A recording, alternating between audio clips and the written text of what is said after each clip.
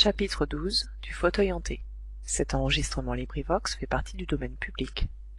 Le fauteuil hanté par Gaston Leroux. Chapitre XII. Il faut être poli avec tout le monde, surtout à l'Académie française. Madame Gaspard Lalouette n'avait point exagéré en prédisant à monsieur Lalouette que le lendemain il serait célèbre. Il n'y eut jamais, pendant 2 mois, homme plus célèbre que lui. Sa maison ne désemplit point de journalistes, et son image fut reproduite dans les magazines du monde entier. Il faut dire que monsieur Lalouette accueillit tous ces hommages comme s'ils lui étaient dus. Le courage qu'il semblait montrer en la circonstance le dispensait de toute modestie. Nous disons bien qu'il semblait montrer, car en fait, maintenant, monsieur et madame Lalouette étaient tout à fait tranquillisés en ce qui concernait la vengeance du sâr. Et la visite de celui-ci, après les avoir tout d'abord comblés d'épouvante, les avait finalement laissés pleins de sécurité et de confiance dans l'avenir. Cet avenir ne tarda point à se réaliser. Monsieur Jules Louis Gaspard Lalouette fut élu par l'illustre assemblée à l'unanimité, aucun concurrent n'étant venu lui disputer la palme du martyre.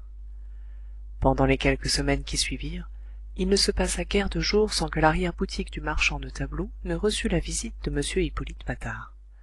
Il venait vers le soir pour, autant que possible, n'être point reconnu, entrait par la petite porte basse de la cour, traversait hâtivement l'arrière-boutique et s'enfermait avec m Lalouette dans un petit cabinet où il ne risquait point d'être dérangé. Là, il préparait le discours. Et m Lalouette ne s'était point vanté en disant qu'il avait une bonne mémoire. Elle était excellente. Il saurait son discours par cœur, sans faute. Madame Lalouette s'y employait elle-même et faisait réciter à son mari le chef-d'œuvre oratoire, jusque dans l'alcôve conjugale, au coucher et au réveil. Elle lui avait appris également à disposer ses feuillets comme s'il les lisait, et à les ranger, au fur et à mesure, les uns derrière les autres. Enfin, elle avait marqué le haut des feuillets d'un petit signe rouge, pour que m Lalouette ne tînt point devant lui, et devant tout le monde, son discours la tête en bas. La veille du fameux jour qui tenait le tout Paris en fièvre arriva. Les journaux avaient des délégations rue Laffitte en permanence. Après la triple expérience précédente, il ne faisait point de doute pour beaucoup que m Gaspard Lalouette était voué à une mort prochaine. On voulait avoir des nouvelles du grand homme toutes les 5 minutes, et, à défaut de m Lalouette, qui, fatigué, paraît-il, se reposait et avait résolu de ne recevoir personne de la journée, madame Lalouette devait répondre à toutes les questions. La pauvre femme était, comme on dit, sur les dents et radieuse. Car en réalité, m Lalouette se portait comme un charme. Comme un charme, monsieur le rédacteur, dites-le bien dans vos journaux, il se porte comme un charme. M Lalouette avait, ce jour-là, prudemment fui sa demeure, car sa gloire le dérangeait dans le moment qu'il avait le plus besoin d'être seul pour répéter, plusieurs dernières fois, son discours. Dès l'aube, il s'était rendu fort habilement, sans être reconnu, chez un petit cousin de sa femme qui tenait un débit place de la Bastille. Le téléphone qui était au premier étage avait été consigné par cet aimable parent, et seul m Lalouette en avait la disposition, ce qui lui permettait de réciter à madame Lalouette, malgré la distance qui les séparait, les passages les plus difficiles du fameux discours dont l'auteur entre nous était m Hippolyte Patard. Celui-ci vint, comme il était convenu, rejoindre m Lalouette vers les 6 heures du soir à son petit débit de la place de la Bastille. Tout semblait aller pour le mieux, quand, dans la conversation qui eut lieu entre les 2 collègues, se produisit le petit incident suivant. Mon cher ami, disait m Hippolyte Patard, vous pouvez vous réjouir. Jamais il n'y aura eu, sous la coupole, une séance solennelle d'un aussi rayonnant éclat. Tous les académiciens seront là, vous entendez? Tous. Tous veulent marquer, par leur présence, la particulière estime dans laquelle ils vous tiennent. Il n'y a pas jusqu'au grand Loustalot lui-même qui n'ait annoncé qu'il assisterait à la séance, bien qu'on le voie rarement à ces sortes de cérémonies, car le grand homme est fort occupé, et il ne s'est dérangé ni pour Mortimar, ni pour D'aulnay, ni même pour Martin Latouche, dont la réception avait pourtant suscité la plus extrême curiosité. « Ah oui, fit m Lalouette, qui parut aussitôt assez embarrassé, m Loustalot sera là. Il a pris la peine de me l'écrire. C'est très gentil, cela. Qu'est-ce que vous avez, mon cher Lalouette? Vous semblez ennuyé. Eh bien, oui, c'est vrai, reconnut m Lalouette. Oh, ce n'est sans doute pas bien grave, mais je ne me suis pas bien conduit avec le grand Loustalot. Comment cela? Dans le temps, je suis allé, bien avant de poser ma candidature, je suis allé chez lui pour lui demander ce qu'il fallait croire des secrets de Toth et de toutes les balançoires ayant rapport à la mort de Martin Latouche. Très catégoriquement, il s'est moqué de moi, et l'opinion de ce grand savant, bien qu'elle eût été exprimée en des termes d'une vulgarité qui me choqua, fut pour beaucoup dans ma résolution de me présenter à l'Académie. Eh bien, mais je ne vois pas là de quoi vous mettre martel en tête. Attendez, mon cher secrétaire perpétuel, attendez. Quand j'ai eu posé définitivement ma candidature, j'ai fait mes visites officielles, n'est-ce pas?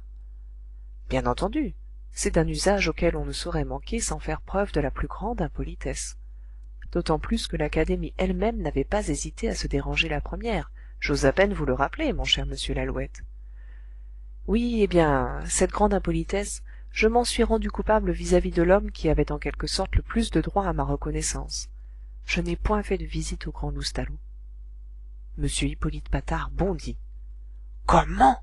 Vous n'avez point fait de visite au grand Loustalot? Ma foi, non. Mais, monsieur Lalouette, vous avez contrevenu à toutes nos règles. Je le sais bien. Cela m'étonne d'un homme comme vous. Vous avez insulté l'Académie. Oh, monsieur le secrétaire perpétuel, telle n'était point mon intention. Et pourquoi donc, monsieur Lalouette, n'avez-vous point fait sa visite au grand Loustalot? Je vais vous dire, monsieur le secrétaire perpétuel, c'est à cause d'Ajax et d'Achille, qui sont deux gros chiens qui me font peur, et aussi du géant Tobie, dont la vue n'est point rassurante. Monsieur Hippolyte Patard poussa un « Ah !» d'ineffable stupéfaction. Vous, un homme si brave! C'est que, reprit le malheureux, qui baissait assez piteusement la tête, c'est que si je ne m'épouvante point facilement des chimères, je redoute assez la réalité. J'ai vu les crocs qui sont solides, et aussi j'ai entendu les cris. Quels cris? D'abord les cris des chiens qui hurlaient à la mort, et puis, à plusieurs reprises, comme un grand cri déchirant humain. Un grand cri déchirant humain?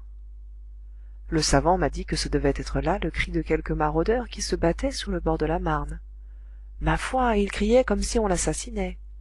Le pays est désert, la maison est isolée, tant est que je n'y suis point retourné.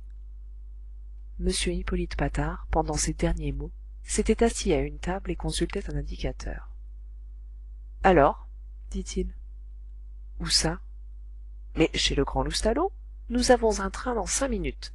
Comme ça, il n'y aura que demi-mal, puisque vous n'êtes officiellement reçu que demain. Bah, fit Lalouette, ça n'est point de refus. Avec vous, ça va. Vous les connaissez, les chiens? Oui, oui, et le géant Tobie aussi. Bravo! Et nous dînerons au petit restaurant de la Varenne, à côté de la gare, en attendant le train qui nous ramènera. À moins que Loustalot nous invite, fit M. Patard. Chose très possible, s'il y pense.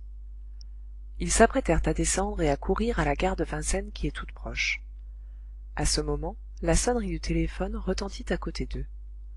Ce doit être madame Lalouette, fit le nouvel académicien.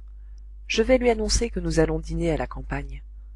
Et il s'en fut à l'appareil d'où il détacha le récepteur. Il écouta. L'appareil était tout au fond de la pièce, sous une petite ampoule électrique. Était-ce cette électricité qui produisait un jour défavorable, ou ce qu'il entendait qui l'émouvait à ce point? Mais M. Lalouette était vert. M. Patard, inquiet, demanda « Qu'est-ce qu'il y a ?» M. Lalouette se pencha sur l'appareil. « Ne t'en va pas, Eulalie, il faut que tu répètes cela à monsieur le secrétaire perpétuel. »« Qu'est-ce que c'est ?» demanda celui-ci, fébrile. « C'est une lettre de M. Eliphas de la Nox, » répondit Lalouette, de plus en plus vert. M. Patard, lui, devint jaune, et, après avoir poussé un cri de stupéfaction, mit hâtivement l'un des récepteurs à son oreille. Les deux hommes écoutaient.